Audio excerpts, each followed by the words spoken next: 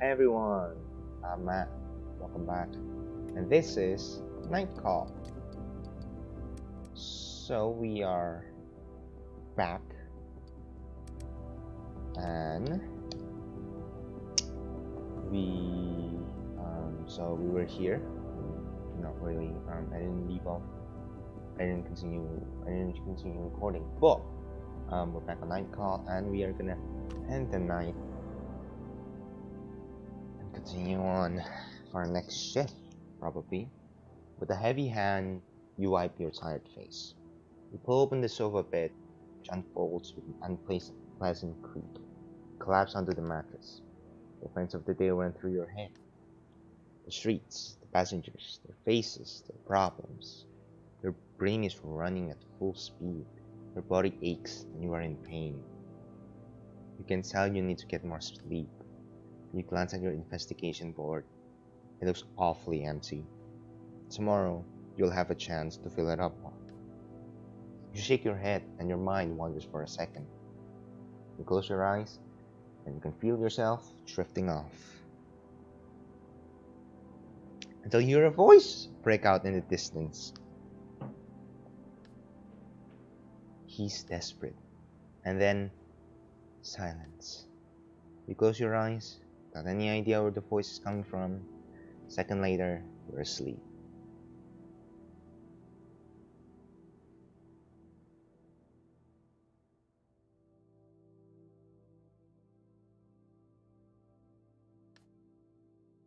You open one eye. You find your studio calming. There's something special about living in a garret. Like yours is the last place before the sky starts. Get up quickly, and a few minutes later, you're outside of your studio. Night 2. That looks like Five Nights at Freddy's, to be honest. Okay, that's a lot of people. Look at this dude. Listen to the radio. Your finger is poised in front of the car radio. You're trying to find something to listen to. You happen upon the nighttime news. In a Fox pop about the judge, a bystander brings up the fact that the police have still not arrested the homeless man seen near the crime scene. You raise an eyebrow at this bit of news. You didn't know that. As soon as the news is over, you turn off the radio so that the guy is happy silent again. Oh my goodness, that's a really good. Now the guy's gone. Oh, there's another guy. You can just keep listening to the radios. It's a shelter for homeless people when it gets too cold out. You bring Herbie here. Pala de Congre, Melchior de Rocas. That sounds Spanish. I can't do a French accent. Next passenger gets in your cab like an old man returning to his armchair, all grunts and groans. After what seems like several minutes, he settles himself in and delicately fastens the belt across his chest. Looking in the mirror, you notice the man's age with surprise. He can't be older than 25. Howdy! You got the address right? Who lives in French and says howdy? Palate de Congrès? Bingo! Let's roll it! Ah, you're a hippie or something? I don't know what those people are called. Call them hippies. Server dudes. You smile to yourself and turn the key in the ignition. For a few moments of silence, you hear your passenger moaning softly to himself, apparently in pain. Are you okay back there? I look that bad, huh? No, it's just. I'm kidding, man. I know I look like roadkill. I feel like a roadkill. Like I ate roadkill. What does roadkill mean? Like some roadkill ate me. But I'm fine, really. Thanks for checking in. Look back at him. His eyes are hidden beneath his hood, but his whole body is curled in on itself. He looks terrifying. Are you sure you're okay? Just pre-show jitters. It's like midnight. Maybe, I guess in the morning, maybe. He laughs unconvincingly. Who am I kidding? I'm scared out of my mind. Literally, ha! Um, are you sick? Well, that depends on who you ask. My peers probably think I'm a little crazy, a little on the edge, yeah, edgy teens, even though you're probably not closer to adults. My old man though, oh, lower than 25. Yeah, you look 18-ish, 19, could be still teen. Um, that's not teen years, but my old man though, the only reason he didn't have me committed was the possibility of the neighbors finding out. All because of my work. Technotopia at 9. That's where we're going. Every biohacker, transhumanist, and futurologist worth his cryptocurrency will be there. I'm giving a talk, a closing talk, in fact. Let's just say we're a bunch of techno-pragmatists. That doesn't really help. The young man laughs and immediately clutches his head. Ow, damn it. Progressives, then. We're tech-savvy progressives. And I'm about half an hour away from telling about 1,000 of them about my breakthrough. And all it took was a little brain surgery. What? Yeah, don't worry about me. Can't help a look of surprise crossing your face, but you managed to stay quiet. That's the real reason I'm so freaking scared, if I'm honest. I did this to myself, just towards his current state. Designed a new kind of brain implant, one that can access everything. The unlimited learning potential of the metaweb, a mind gate between my brain and the cloud.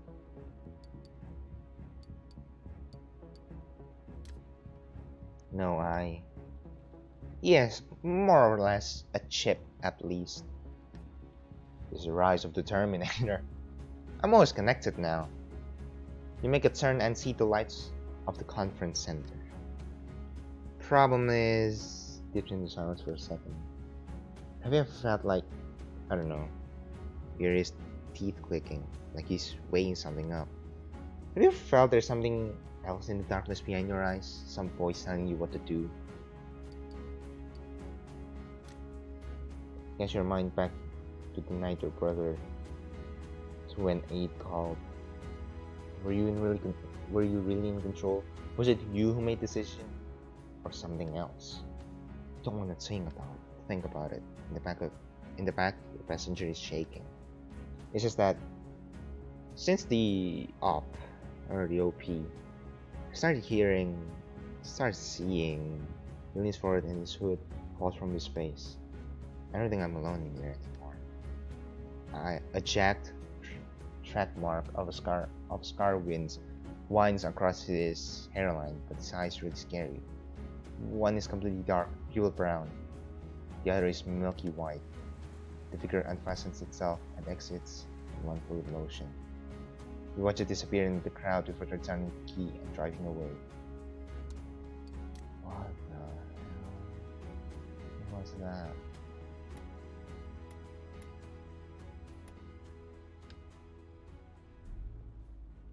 Hey, isn't this dude one of the potential people? Saint Queen. Saint Owen.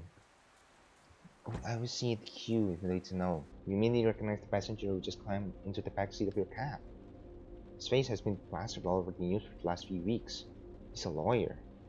A lawyer who's representing a terrorist. Gives you an address and you start driving. You hold your gaze in the rearview mirror like he's trying to read your mind. Drive across a virtually empty Paris.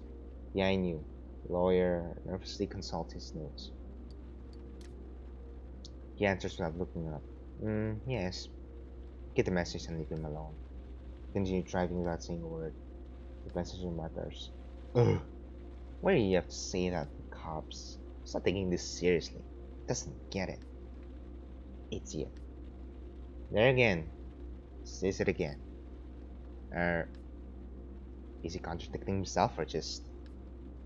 Glance in your mirror. The lawyer looks like a smaller version of himself.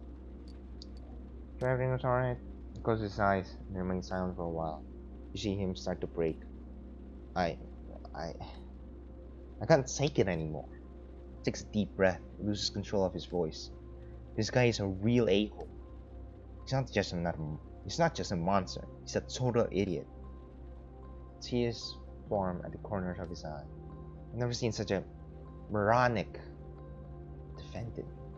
You know what it's like to defend a moron? You know what it's like to get only 3 hours of sleep a night so you can defend a freaking moron? Do you have any idea? He yelled so loud the window shook.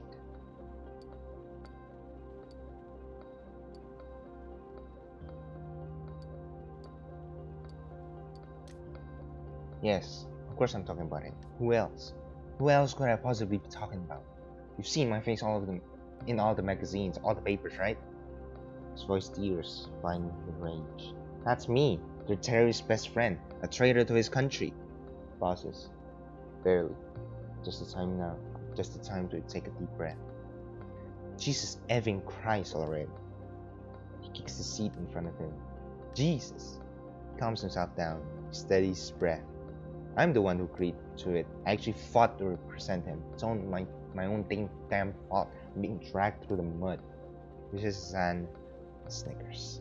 Yeah, I admit it. At first I thought it was pretty great. Being on TV, all the interviews, journalists asking my opinion about everything. I shook so many hands, said so many words, sentences, yet I still said nothing. When I worked in the hood, not a single person cared about my work. And now, in 5 hours, I have to be on the radio. In 7, on TV. Pauses, breathes. His voice sounds further and further away.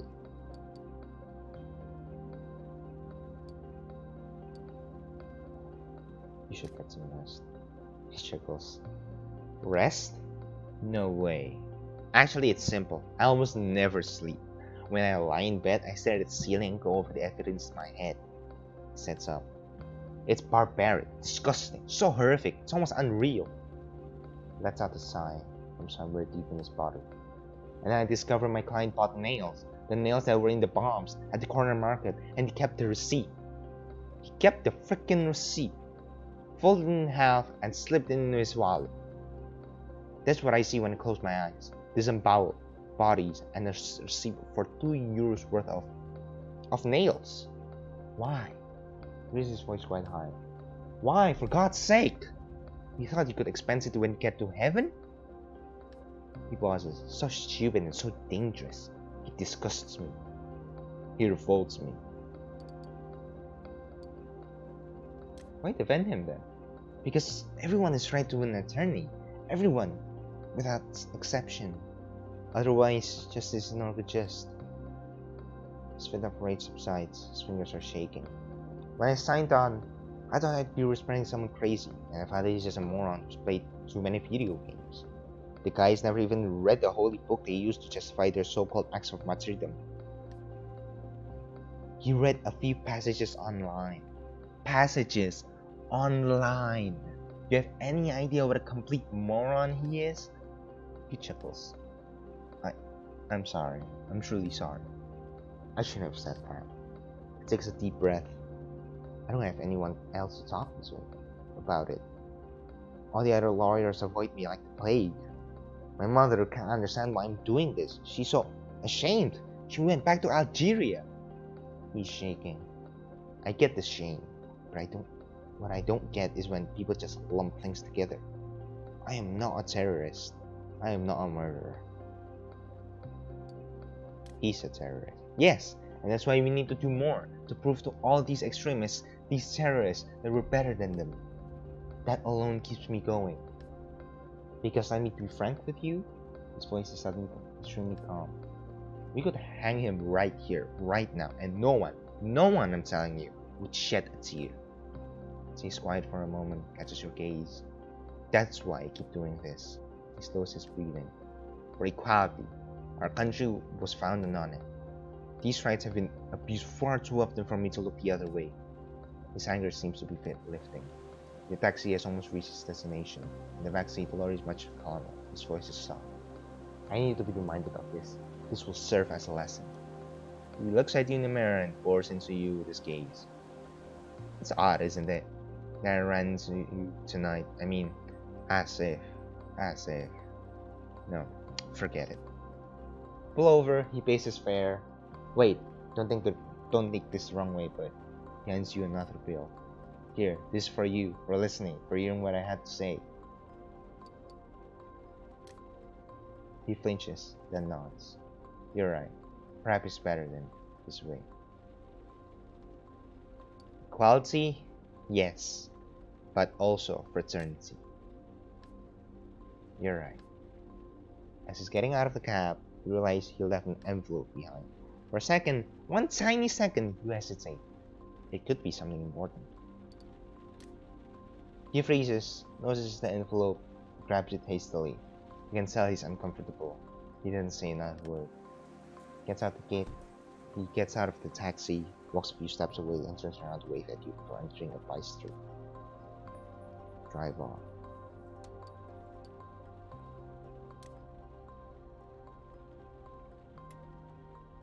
Wow. I want to see what this is. EI. Oh my. What the heck? What is that? Sony Talpa. Nothing. We double park and wait for the next petrol to stride in the backseat. He looks at you like he appreciates you and your taxi. He gives you his address. Start driving. Few words are exchanged. The weather, taxes, traffic.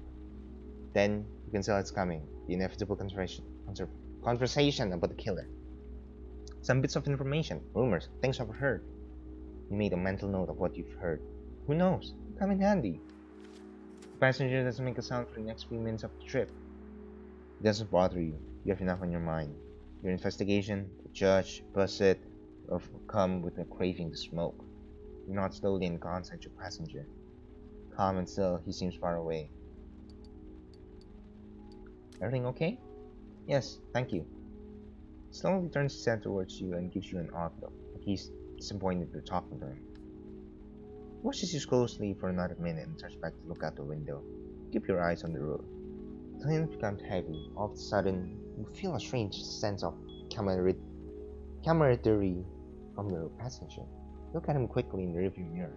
It doesn't look familiar at all, and yet it's like you know him. A second later, an outside light shines on his face at a weird angle. It looks like he's smiling. 3 seconds later, you drive down the street, strains up a bit, park in front of the number he gave you. He pays his fare without a word. The door opens slowly and he smiles at you. You can tell it comes from the bottom of his heart, despite how uptight he is. You're a really swell guy. You weren't expecting that. By the time you collect your thoughts, the passenger is already far away. He disappears into a building. A moment goes by before you turn the key in the ignition.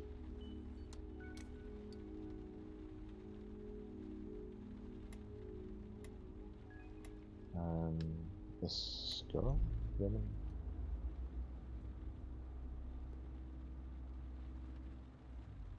The words, I can sense them. You're calling me. Alicia Clamps. Whatever that means. The next passenger immediately raises her hand. Drive. I don't care where. I just need you to drive.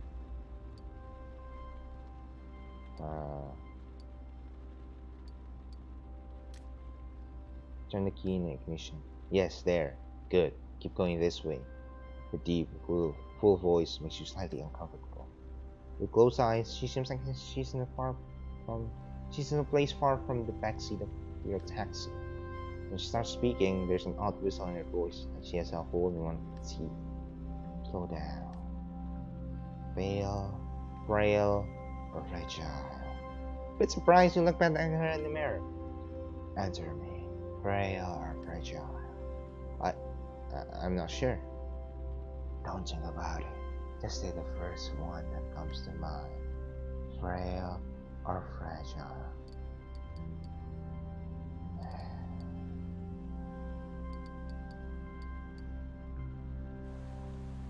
Fragile. Ah, odd. I wouldn't have thought that of you. After all, frailty applies more to humans than to objects. The whistle in her voice crackles for a second. Both words actually have the same root. A smile spreads across her face. 2 words, 3 units. The knife went on, and words mixed once again. She pauses. Say nothing. She then starts screaming. Go down the street and stop. She stares up in the quiet street. Gold Bear has driven away all the passers-by. Yes, there, good. Got it. Cries out with joy and it resonates in the cab. Got it. Look, the words are right there. They're wandering past us like sheep, like exposed with laughter. What words? She immediately stops laughing. She signs you with a wave from her hand. Now, I must write. Closes her eyes, her fingers stroke imaginary upholstery. The frail are forced into battle. Together come the children, the son and the daughter, standing tall to salute. They will cry. Oh yes, they will cry. The eaglets fly behind. The frail will say. The messenger freezes when she opens her eyes again. She stares at you. What happens when you sleep? She's waiting for your answer. I sleep? I have nightmares. She tilts her head to the side just a bit. No, that's a lie, and you know it. And what happens when you try? I work. Exactly. You give your time to others. She laughs strangely, almost a snicker as her eyelids droop. And the son will say, "Frail father, I want you to come back to life." And the daughter will say, "Frail father, I want you to come back a winner." The whistle in her voice grates on your ears. The father responds, "You must choose." As the eagle lands upon his shoulder, together they fly off. And thus all began, fragile, frail, two paths that can't be folded. Son and daughter will grow up, though not at the same pace. When, early one morning, 20 years later, they wake up to the sound of a bugle. The sound will be beaten, turned, and clubbed, until he wakes from a 1,000-year nightmare, a nightmare that kneaded together earth and life, and brought into the world a dream for the daughter and the son. May they learn to live again without their father, frail and fragile. Frail is fragile. She catches her breath. 11 years. I've been writing this poem for 11 years. 11 years? Ah, yes, 11 years. For 11 years, I've been trying to finish the text. It's filled with so much, it's infused with my entire life. Its lungs are swollen with my tears. Her breathing is now quite irregular. And it was all waiting right here, in this street, right in front of me. She giggles. Thank you. She sighs and places a few bills in front of you, far more than the fare. Stop here and pull the cab over. Keep everything. I have nothing more. She gets out of the taxi without a peep. Wait! She walks away without responding to your call. It seems to you that it's only an impression, but it looks like she's getting smaller and smaller with each step. Darkness swallows her and you sit there a bit shaken by her poem. Pick up the money, something falls at your feet. Jump onto a small shiny white seashell with your fingers. Look at it for a second while saying what? 11 years. The idea makes its way into your brain. You take a minute and drive off. Well, that was weird.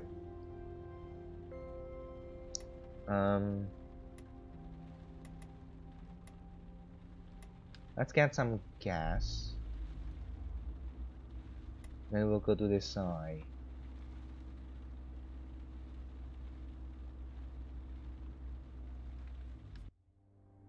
Pull over and stop at a gas station. Not a soul in sight. Fluorescent lights irritate your ears and the smell of peas wafting up from the space in between the pumps. Self-service here. You pay directly at a pump. The miniman over there must sell newspapers. The person behind the counter might see and hear things. Maybe worth asking a couple questions. This place is as shady as ever. Be careful getting out of the cab.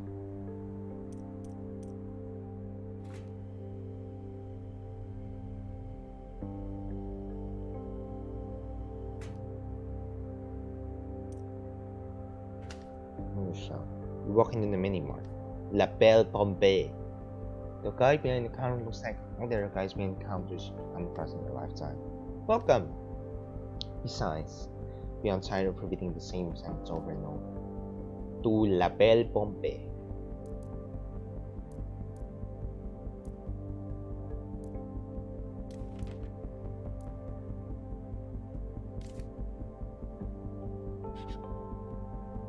Perdu? You sigh. Oh, come on. Talk with the clerk. Say, a guy like you, someone who spends most nights here, you must know something about the killer, right? Raises his head and seems almost happy you brought it up. Please come back, so... Rick is still in the middle of his sentence when you leave the shop. That's mean. Is there something else I can interact with?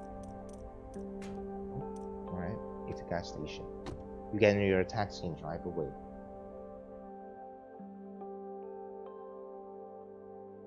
That was certainly interesting. I don't know what these eyes are, so we'll go to one of them.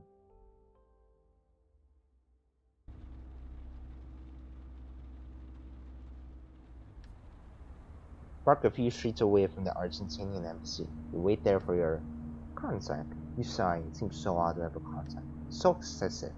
The guy is just one of your regulars as poker buddies, a night watchman at the embassy. Get out of the taxi and walk towards the big metal gate. Clean lines, early 20th century, maybe lots of wrought iron. The gate opens and someone moves towards you. They indicate you should follow them. The person's face is hidden by an oversized hoodie. Your heart starts beating faster. What if it was... Let's just follow. It can't be the killer. We're like, I don't know, an hour into the game. Walk through a narrow covered passageway from the entrance to a parking garage. A man turns around and lights up a cigarette. The lighted light observes for a second. A young man with curly hair, pale skin. Looks young, very young. That'll be 255 euros. What? No information on Gorodischer? That info on Gorodischer and cost you 250 euros. So what'll it be? Raises his hand from his chest, section of traffic cone. No, it's 20 euros, 250 euros or nothing. Someone learns I fished around, you'll fire me on the spot. That price, you hope the insult is good. You pay. Listen up, because I'm not gonna say it twice. Gorodischer is definitely a colonel from the junta, one of the few who wasn't arrested and put on trial. He is responsible for torturing dozens of political opponents. He tortured and killed them. You know, we don't like him much here, but the rich Argentinians in Paris love him. They really respect him. Respected him. The difference doesn't seem important to him. Yeah, if it makes you happy. He looks back at you. There's one last thing. I read in the newspaper that the killer wrote a message in his chalk. Time's up. It was a slogan at the end of the junta. A sort of watchword from the opponents. It was time for them to go. You get it? You nod. A second later, you're back in your taxi with a hole in your wallet, but with new information on one of the victims. If you follow this lead, maybe your investigation will move forward. You start the car and get back to your ship. Okay. That's really interesting. Go to this guy. Oh wait. We'll read the newspaper instead. Pull a newspaper out of your glove compartment and start leafing through it. Eventually something grabs your eye. It's a rather positive critique on a bar called Solids. You make note of the information with interest in your line of work. That kind of thing can always come in handy. You turn the page and stop. You've read about a third of the newspaper. Keep reading. You stop reading and go back a few pages. You thought you saw something. Badly framed photo and a search article inform you that the minister is stepping down for personal reasons. She will be replaced by a right-hand man who also happens to be her husband. Her face is not familiar at all. Her face is not at all familiar. You don't think you've ever seen her before. You only have a third left to read. As soon as you get to the page, you stop. Your instinct tells you to look at the critique of the great Alicia Clef's latest collection of poetry. The critic seems convinced by his figures to know what might have inspired her to write this masterpiece. You shut the paper. It'll end up in the trash tonight. If you remember it's there, otherwise it will spend the rest of its days in your glove compartment.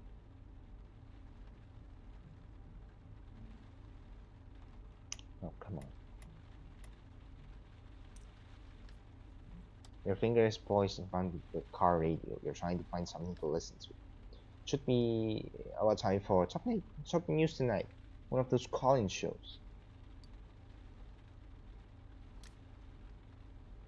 We happen upon the nighttime news. A crime novelist being interviewed by the late up judge. It's quick to say that, according to sources, the first victim owed money to the mafia, and actually he thinks the whole case is linked to organized crime. The judge is just in front of real criminals. As soon as the news is over, you turn off the radio so that the cap is silent again. And I do it again. I like it ends at 4, I'm pretty sure, I think. Probably. Listen to the news. Have a button. Okay. The patterns are being questioned by the judge. Really? Alright. I think that's it.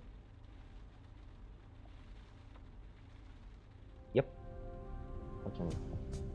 You now know more about your clients. Check the passive text menu for more details. You have met Salim. I didn't see the first one. You have met Sonny.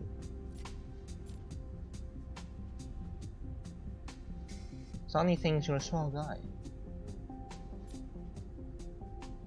There was more, but I'm not gonna wait here for like 5 minutes to do that.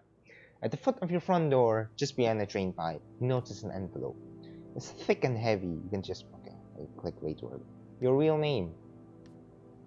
Take a deep breath and go inside. In the envelope, you find more information, just as Bassett promised. You lay them on the table. Look at the new evidence on the table. It takes you a while to read everything carefully. You're suddenly overcome with the desire to sleep. Close your eyes, press your fingers to your eyelid, and let out a yawn. It's time to get moving on your investigation.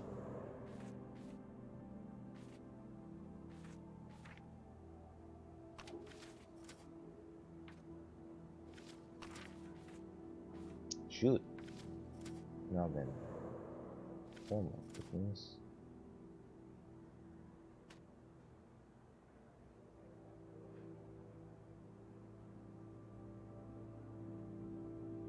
Victims who killed and only spot without CCTV.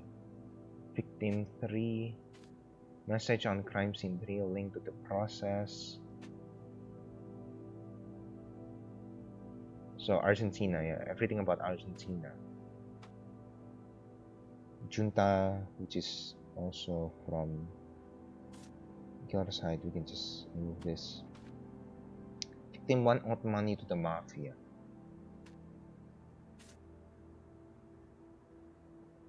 Oh.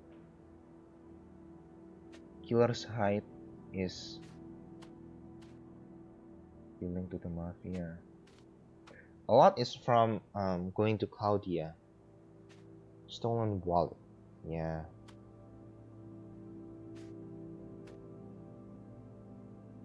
But it could be this guy, or it could be Pierrot Pataz.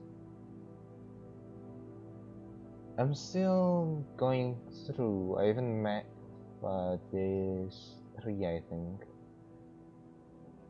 Salim. I don't. He probably. Well, it could be possible that he's defending himself.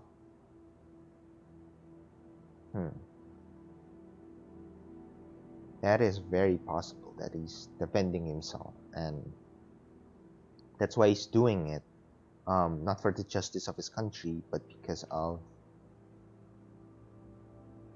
he's the judge, and he's also like the mind behind all these crimes and everything,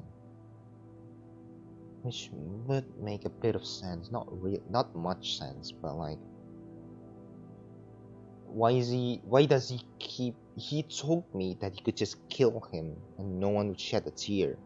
That might be true for him himself, like he's trying to suicide or something, and his only joy in life is to kill people and hurt them, knowing that that's the only joy he gets in life, and nobody cares. Nobody cares about him, apart from this judge thing and the fact that he's going onto shows and stuff, and a lot of people are asking him stuff, and then he thinks like, oh, maybe killing people, oh, I get a lot attention, then I'll be the lawyer of the killer, even though I'm actually the killer. And then